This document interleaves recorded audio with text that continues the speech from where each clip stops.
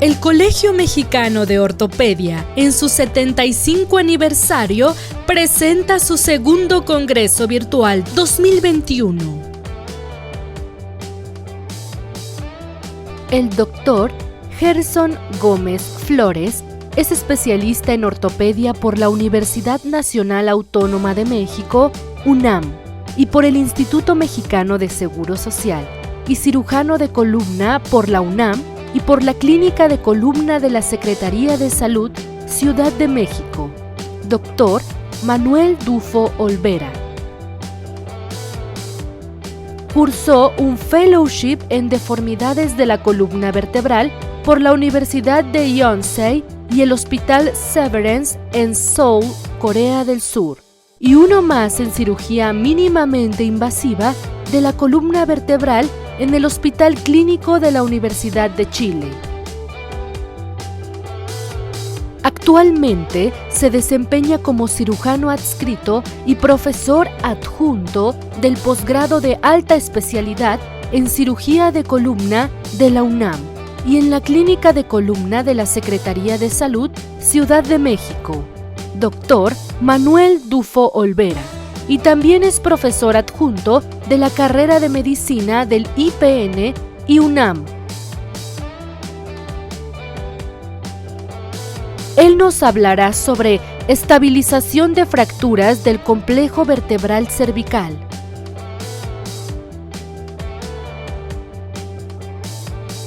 Hola, ¿qué tal? Soy el doctor Gerson Gómez de la Clínica de Columna de la Secretaría de Salud Ciudad de México, doctor Manuel Dufo Olvera, y voy a presentar el tema de estabilización de fracturas del complejo vertebral cervical. Los objetivos de la charla son hablar sobre los conceptos generales, las diferentes opciones de tratamiento, posteriormente hablaremos de unos casos clínicos y sus respectivas conclusiones. Como conceptos generales tenemos que el problema principal de este tipo de lesiones es la potencial severidad de las lesiones. La falta de pericia en el tratamiento va a generar mayores complicaciones. Sabemos que existe una diversidad de opciones de tratamiento y que podemos tomarlas para el bien de nuestro paciente. También hay que saber que el implante atractivo no es igual al mejor tratamiento en todos los casos y el tratamiento debe ser personalizado. Esto quiere decir tener un soporte en la evidencia y la experiencia de cada cirujano para poder llevarlo a cabo. La OMS publica que al menos 500,000 personas sufren lesiones medulares cada año y de estas, las tasas más altas de complicaciones o de supervivencia, las más bajas, son en los países de mediano y bajo desarrollo. Hay algunos trabajos de investigación que hablan sobre esta incidencia en todos los países del mundo, desde primer mundo hasta tercer mundo, y vemos que la incidencia ha incrementado con el paso de los años. Vemos esta gráfica y podemos observar cómo la cirugía de columna cervical ha incrementado durante los últimos 20 años con una tendencia hacia la alta. Sin embargo, en los últimos 5 años hemos tenido una estabilidad en cuanto a los tratamientos, una vez que estos tratamientos se han desarrollado de manera fiable para el paciente. Vemos también que el grupo etario más afectado son aquellos que tienen más de 60 años de edad. ¿Por qué? Esto se puede explicar a través de la agudización de la cronicidad de los padecimientos de la columna cervical. No hay que olvidar que hay padecimientos crónicos como la mielopatía cervical que puede conllevar a tener fracturas por fragilidad en los pacientes adultos mayores. Y como vemos en esta tabla, la incidencia incrementa mayormente en las fracturas por fragilidad en aquellos pacientes donde no se realiza un tratamiento quirúrgico para el manejo de la mielopatía espondilótica cervical. Podemos ver que en la bibliografía tenemos una diversidad increíble de tratamientos quirúrgicos, entonces nuestros tratamientos pueden estar soportados confiablemente en ellos si nos ponemos a analizar cada uno de ellos. Podemos hacer tratamientos tanto por vía anterior, por vía posterior, tratamientos combinados 360 grados, ya sea con fusión o sin fusión. Hay que recordar que algunas partes de la columna cervical tienen una especial atención. La primera es la columna axial, que por sus características tenemos que entender la manera en que dinamiza para poder brindar un tratamiento adecuado. La segunda es la unión cérvico-torácica. La unión cérvico-torácica recibe cargas importantes en esa zona y que pueden hacer que perdamos la estabilidad de cualquiera de nuestras fijaciones si no tomamos en cuenta los aspectos biomecánicos para realizarlas. Y también tenemos las fracturas multiniveles. Estas fracturas hay que tomarlas como un ejemplo muy distinto al resto de las fracturas de la columna cervical y tenemos que hacer un análisis completo para poder brindar un tratamiento efectivo. Y con ello vamos a pasar a los casos clínicos. Tenemos el primer caso clínico. Es un masculino de 50 años de edad que su ocupación es maestro de danza, presenta un accidente automovilístico, es enviado de un segundo nivel de atención a la clínica de columna y presenta clínicamente dolor en la columna cervical, así como disminución de la fuerza muscular en 3 de 5 a nivel de C7, C8 y T1 izquierdo. Al ingreso a urgencias encontramos estas radiografías, una radiografía lateral de columna cervical incompleta y una radiografía de húmero que muestra una fractura, un trazo simple transverso a nivel del tercio medio de la diáfisis.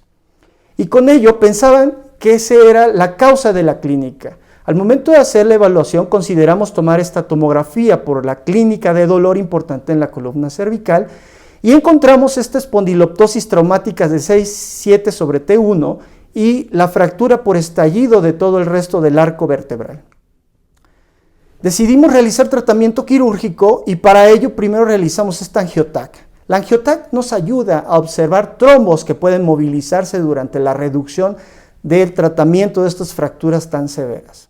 Y vemos la decisión que tomamos al final fue realizar un abordaje 360 grados, con el cual pudimos instrumentar por vía posterior para T1 con tornillos transpediculares y con tornillos transfacetarios para C6, y por vía anterior colocamos una placa cervical bloqueada para estos dos segmentos. Hicimos la fusión con injerto autólogo de cresta ilíaca y el paciente recibe estos resultados clínicos a los 6 meses, en el cual el paciente anda caminando y realizando prácticamente su vida normal, con espera de continuidad en la terapia física y rehabilitación.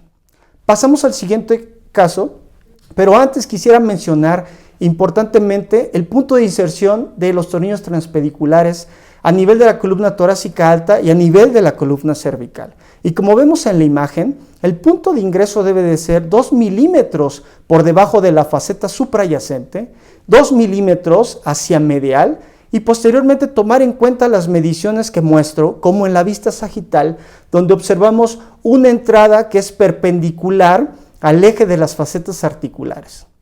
Después podemos tomar como consideración en la vista axial la entrada del tornillo transpedicular con un eje perpendicular a la lámina ipsilateral o también puede ser con una entrada paralela a la lámina contralateral. De esta manera podremos evitar lesionar las estructuras tan importantes que tenemos en la columna cervical. Primero la médula espinal y sus arterias vertebrales. Recordar aspectos anatómicos importantes como que las arterias vertebrales no pasan por el agujero vertebral a nivel de C7 nos puede ser de una múltiple ayuda para realizar el tratamiento con mayor seguridad. Descomprimir previamente la médula espinal antes de colocar los tornillos nos puede dar una condición anatómica importante para evitar la lesión de esta estructura tan importante. Y tenemos que recordar que la columna cervical tiene un aspecto tridimensional en el cual en cada momento tenemos que pensar durante el tratamiento quirúrgico.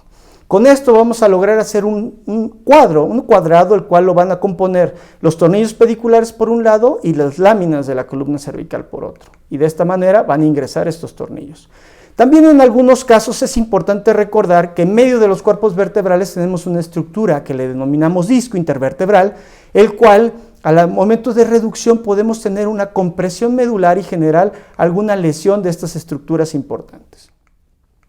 Pasamos al segundo caso clínico en el cual vemos este masculino de 18 años de edad, ocupación en el campo y al cargar un objeto pesado empieza con dolor a nivel del cuello y disminución de la fuerza de las extremidades. Como pueden ver en la evaluación clínica encontramos disminución de la fuerza muscular en 3 de 5 a partir de C5 a caudal.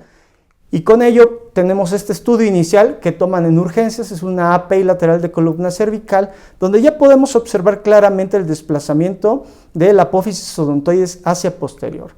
Tomamos esta tomografía para corroborar este desplazamiento y en el cual podemos ver que prácticamente no hay espacio en el agujero vertebral, en el conducto medular y tenemos la compresión medular. ¿Cómo lo vamos a corroborar? Por medio de esta resonancia magnética, donde vemos la compresión severa de la médula espinal, sufriendo principalmente del lado izquierdo, lo cual no se reflejó en la clínica, porque en la clínica ambos lados estaban afectados del mismo modo.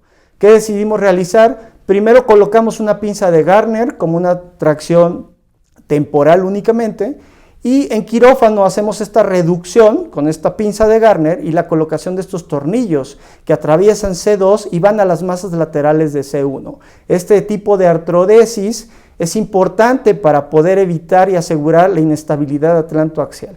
Posteriormente colocamos un alambrado sublaminar por el arco posterior de C1, el cual se fijó en la espinosa de C2, con lo cual aseguramos la estabilidad de nuestro componente, de nuestra instrumentación, y colocamos injerto autólogo también para favorecer la fusión subsecuente. Aquí vemos la reconstrucción de la tomografía, donde podemos observar adecuadamente la reducción del diente con el arco anterior del atlas y la correcta posición y el espacio importante a nivel del conducto medular. Pasamos al tercer caso clínico, en el cual vemos que es un masculino de 36 años de edad, que es agredido por una tercera persona y sufre una caída de su plano de sustentación. Él ingresa por urgencias y clínicamente también presentaba dolor en la columna cervical y disminución de la fuerza de las 4 extremidades, como se puede ver en el cuadro del lado derecho a partir de C4 a caudal. En él encontramos esta radiografía lateral de columna cervical, donde podemos observar claramente una luxación bifacetaria de C4 sobre C5 y tenemos un desplazamiento del más del 50%.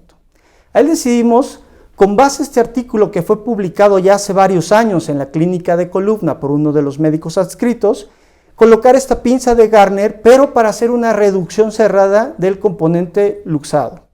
Y entonces tenemos que vamos colocando progresivamente peso, que iniciamos con 5 kilogramos para el control de la cabeza, hacemos algunas maniobras de extensión y hacemos una reducción gentil. Pasamos las facetas articulares a la parte posterior de las facetas superiores infrayacentes y podemos observar cómo en estas dos imágenes ya tenemos una reducción parcial.